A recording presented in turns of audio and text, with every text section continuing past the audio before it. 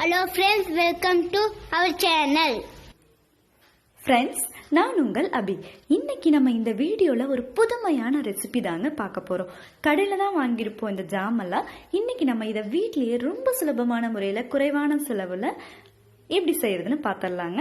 நீங்க இதை சாப்பிட்டு பார்த்துட்டீங்கன்னா இது கடையில வாங்கினதா வீட்டில் செஞ்சதா கண்டிப்பா உங்க எல்லாத்துக்குமே ரொம்ப ரொம்ப ஆச்சரியமா இருக்க போகுது. ஸோ இந்த வீடியோவை நீங்க ஸ்கிப் பண்ணாம பாருங்க. கண்டிப்பா உங்க வீட்லயும் என்ன மாதிரியே ஜாம் ரெடி பண்ணுங்க. அவ்வளோ சூப்பரா இருக்கும். அதுக்கு நான் கேரண்டி. இப்போ 2 ஆரஞ்சு பழம் எடுத்துக்கலாங்க. அதை இந்த மாதிரி கட் பண்ணிக்கலாங்க. இப்போ பாருங்க, இது 2 பார்ட்டாக கட் பண்ணியாச்சு. இதுக்குள்ளே இருக்கிற கொட்டையை எடுத்து நீக்கிடலாங்க. இப்போ இதிலிருந்து நம்ம ஜூஸ் பிழிஞ்சு எடுத்துக்கலாம். இந்த மாதிரி ஜூஸ் பிழியறது இருந்துச்சுன்னா நீங்கள் எடுத்துக்கோங்க. இப்போ இந்த ஆரஞ்சுலேருந்து ஜூஸை மட்டும் தனியாக எடுத்து பிரிச்சிடலாங்க. கண்டிப்பாக ஜாம்னு சொல்லும் போதே சின்னவங்கலேருந்து பெரியவங்க வரைக்கும் எல்லாருமே ரொம்ப ரொம்ப விரும்பி சாப்பிடக்கூடியதா இருக்குங்க. நம்ம பிரெட்ல இருந்து சப்பாத்தி, பூரி இப்படி எல்லாத்துக்குமே ரொம்ப ரொம்ப இந்த ஜாமை நம்ம வச்சு தொட்டு சாப்பிடும்போது நமக்கு இன்னுமே அது ரொம்ப டேஸ்ட் கொடுக்குங்க. அதுக்கு எல்லாருமே அடிமையா இருப்போம். அப்படி இருக்கிற சமயத்துல இந்த மாதிரி ஜாமை நீங்க வீட்டில் செஞ்சு பாருங்க. உங்களுக்கு ரொம்பவே நல்லா இருக்கும். இதுல இருந்து கொட்டை இருந்துச்சுன்னா அதை தூக்கி தூர போட்டுடலாங்க.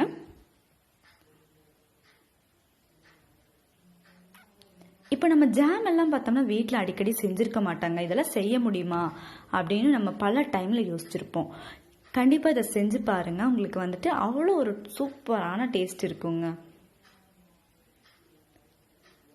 அதுவும் இதில் நம்ம எந்த ஒரு கெமிக்கலுமே சேர்க்க போகிறது இல்லைங்க. நம்ம வீட்டில் இருக்கிற பொருளை வச்சு இயற்கையான முறையில் எப்படி செய்யறது அப்படின்னு தான் இதில் நம்ம காமிச்சிருக்கோம். கண்டிப்பாக எல்லாத்தினாலையுமே இந்த ஜாம் செய்ய முடியுங்க. இப்போ இன்னொரு ஆரஞ்சு பழம் எடுத்துக்கலாங்க. அதையும் இந்த மாதிரி 2ஆ கட் பண்ணிக்கலாம். இதில் இருக்கிற கொட்டையெல்லாம் நீக்கியாச்சுங்க. இப்போ இதில் என்ன பண்ணலான்னா, ஒரு பகுதி எடுத்து நம்ம தனியாக வச்சுக்கலாங்க. அது அப்படியே இருக்கட்டும், நம்ம அப்புறமா யூஸ் பண்ணிக்கணும். இப்போ அதில் இன்னொரு பகுதியை மட்டும் இந்த மாதிரி ஜூஸ் எடுத்துக்கலாங்க. இப்போ ஜூஸ் பிழிஞ்சாச்சு. கீழே பாருங்க, நமக்கு ஆரஞ்சு ஜூஸ் மட்டும் தனியா இருக்கு. அடுத்ததான் நம்ம இன்னொரு பகுதி எடுத்து தனியா வச்சிருக்கோம் இல்லைங்களா, அதை இந்த மாதிரி தோல் நீக்கி எடுத்துக்கலாங்க.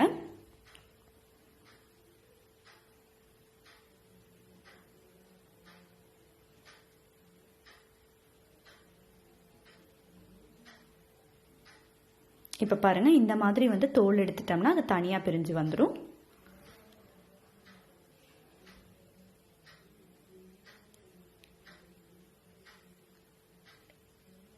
இந்த ஆரஞ்சை பீஸா இப்ப நம்ம கட் பண்ண போறோங்க. ரொம்ப சின்ன பீஸும் இல்லாம ரொம்ப பெரிய பீஸும் இல்லாம கட் பண்ணி எடுத்துக்கலாங்க. நமக்கு திடீர்னு ஜாம் சாப்பிடணும்னு தோணுதுன்னா சில டைம்லலாம் நம்ம என்ன பண்ணுவோம்னா, அச்சோ இனி கடைக்கு போய் வாங்கணுமா அப்படின்னு சொல்லிட்டு நம்ம நினைப்போங்க. அப்படியெல்லாம் இனிமேல் நம்ம நினைக்கவே வேண்டாங்க. நமக்கு தோன்ற சமயத்தில் ஈஸியாக ஜாம் செஞ்சு நம்ம வீட்லேயே சாப்பிட்றலாங்க. இப்போ ஆரஞ்சு பழ தோல் எடுத்துக்கோங்க. ஒரு கத்தியும் எடுத்துக்கலாங்க. இந்த ஒயிட் கலர் தோல் இருக்குது இல்லைங்களா, அதை மட்டும் இப்போ இதிலிருந்து நம்ம நீக்கிக்கலாங்க. பாருங்க, இதை மட்டும் எடுத்துடலாம். இப்படி எடுக்கும்போது நமக்கு இந்த வெள்ளை கலர் தோலெல்லாம் நம்ம எடுத்தோம்னா இந்த கீழே இருக்கிற பகுதி பார்த்தீங்களா, அது மட்டும் நமக்கு தனியாக கிடைக்கும். அதுதாங்க நமக்கு வேணும். அதனால இந்த வெள்ளை கலர் தோலெல்லாம் இந்த மாதிரி நல்லா கீறி விட்டு எடுத்துக்கோங்க.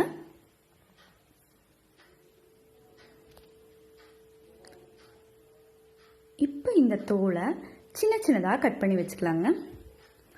ரொம்பவே ஈஸியான முறையில் ஜாம் செஞ்சிடலாங்க. இதை நீங்கள் ஒரு டைம் டேஸ்ட் பண்ணி பார்த்தீங்கன்னா கடையில் செஞ்சதா வீட்டில் நம்ம பண்ணினதா அப்படின்னு சொல்லி கண்டிப்பாக எல்லாத்துக்குமே ஆச்சரியமாக தாங்க இருக்க போகுது. அந்தளவுக்கு ரொம்பவே நல்லாயிருக்கும். சின்ன சின்னதாக கட் பண்ணி வச்ச தோல் அப்படியே இருக்கட்டுங்க. அடுத்ததான் நம்ம ஜூஸ் பிழிஞ்சு வச்சிருப்பேன் இல்லைங்களா ஆரஞ்சு, அதோட தோல் எடுத்துக்கோங்க. அதில் பார்த்தீங்கன்னா இந்த மாதிரி சதப்பகுதியெல்லாம் இருக்கும் இல்லைங்களா, இதெல்லாம் வேஸ்ட் பண்ண வேண்டாம். நம்ம எடுத்து ஒரு மிக்சி ஜாரில் சேர்த்துக்கலாங்க. இது கூடவே வந்துட்டு நம்ம ஜூஸ் பிழியும் போது வந்துட்டு கொஞ்சம் இந்த மாதிரி வந்துட்டு நமக்கு கிடைச்சிருக்கும். அந்த விதை சதையெல்லாம் வந்துட்டு உள்ளுக்குள்ளே சேர்த்துக்கலாங்க. இதை வந்து இந்த மாதிரி நல்லா பேஸ்ட் அரைச்சி எடுத்து வச்சுக்கலாம். அப்படியே இருக்கட்டுங்க. அடுத்து நான் அடுப்பில் ஒரு பேன் வச்சுக்கோங்க. நம்ம எடுத்து வச்சிருக்கிற ஜூஸை வந்துட்டு அதுக்குள்ளே சேர்த்துக்கலாம். இது கூடவே வந்துட்டு நம்ம அரைச்சி வச்சிருக்கிற பேஸ்ட்டையும் உள்ளே சேர்த்துக்கலாங்க.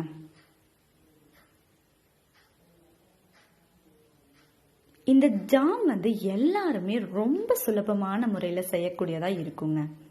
ஒரு டைம் செஞ்சு பார்த்துட்டோம்னா அதுக்கப்புறம் நம்ம விடவே மாட்டோம். எப்பயுமே வந்து நம்ம வீட்லேயே இனி நமக்கு ஜாம் வேணும்னா ரெடி பண்ணிடலாம்.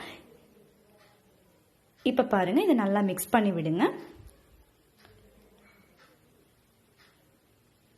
உங்கள் வீட்டுக்கு யாராவது கெஸ்ட்டுகள்லாம் வராங்க, இந்த மாதிரி ஜாம் நீங்கள் வீட்டில் செஞ்சு வச்சு அவங்களுக்கு கொடுத்து பாருங்கள்.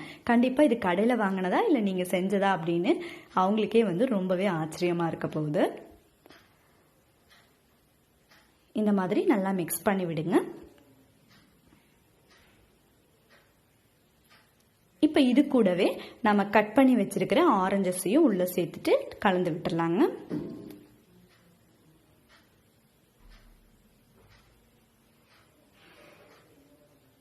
கூடவே வந்துட்டு கிட்டத்தட்ட 75 கிராம் அளவுக்கு நான் சர்க்கரை சேர்த்துருக்குறேங்க.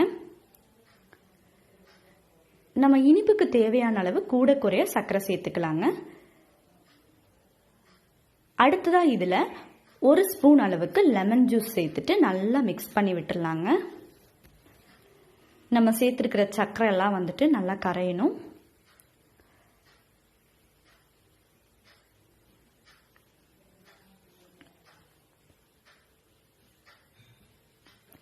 இந்த ஜாம் வந்துட்டு கண்டிப்பா வந்து முற்றிலுமே ரொம்ப ரொம்ப ஹெல்தியான ஜாமுங்க. சில டைம் வந்து நம்ம கடையில் வாங்கும்போது நமக்கு தோணும் ஜாம் ஹெல்த்தியாக இருக்குமா இல்லையா அப்படின்னு பல பேர் யோசிச்சிருப்பாங்க. இனிமேல் வந்து அந்த சந்தேகமே நமக்கு வேண்டாங்க. நம்ம வீட்லேயே ரொம்ப ஆரோக்கியமான முறையில் நம்ம வந்து இந்த ஜாம் செஞ்சதுங்காட்டி நம்ம இஷ்டத்துக்கு எடுத்து சாப்பிடலாம்.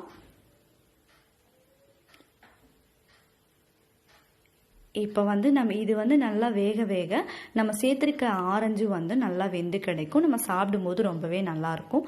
இது அப்படியே நல்லா வேகணுங்க. சிம்மில் வச்சு நல்லா வந்து இதை கொதிக்க விடுங்க. அடுத்ததாக வந்துட்டு நம்ம கட் பண்ணி வச்சுருக்கிற ஆரஞ்சு பழ தோலையும் வந்துட்டு உள்ளே சேர்த்துடலாங்க.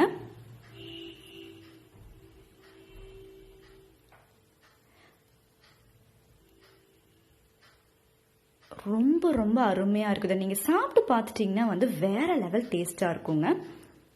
இந்த ஆரஞ்சு பழ தோலுக்கு வந்து நம்ம வந்து இது நல்லா வெந்திருக்குங்க. நீங்கள் எடுத்து சாப்பிட்டு பார்த்துட்டிங்கன்னா அந்த தோலெல்லாம் சாப்பிடும் போது அவ்வளோ ஒரு சூப்பரான டேஸ்ட் இருக்கும்.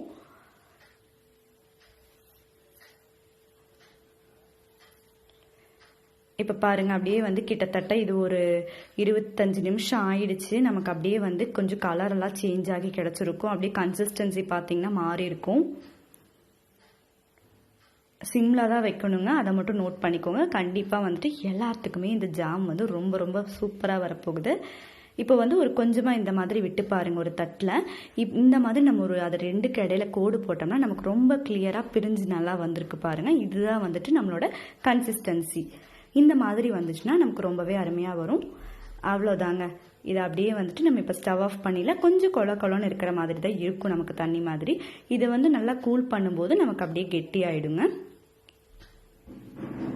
இதை நம்ம ஆரஞ்சு மார்மலேட் ஜாமுன்னு கூட சொல்லலாம். ரொம்பவே சூப்பராக இருக்கும். நார்மலான ஜாமை விட 100% இந்த ஜாம் வந்து உங்களுக்கு ரொம்பவே அருமையான டேஸ்டாக இருக்குங்க. இதை அப்படியே வந்து ஒரு பவுலில் மாற்றிக்கலாம். இந்த மாதிரி ஃப்ரூட் ஜாமெல்லாம் நம்ம வீட்டில் செய்வோமா அப்படின்னு கண்டிப்பாக எல்லாத்துக்குமே ஆச்சரியமாக இருக்கும். இதை வந்து நீங்களும் செஞ்சு பாருங்கள். உங்கள் எல்லாத்துக்குமே இந்த ஆரஞ்சு மார்மலேட் ஜாம் வந்துட்டு ரொம்ப ரொம்ப பிடிச்சதாக இருக்கும். இதை நீங்கள் செஞ்சு பார்த்துட்டு எப்படி இருந்துச்சுன்னு மறக்காமல் எனக்கு கமெண்ட் பண்ணுங்கள். அடுத்த வீடியோவில் இன்னும் ஒரு புதுமையான ரெசிபியோட நான் வந்து உங்களை சந்திக்கிறேன். அதுவரை என்றும் இணைந்திருங்கள். நான் உங்கள் அபி.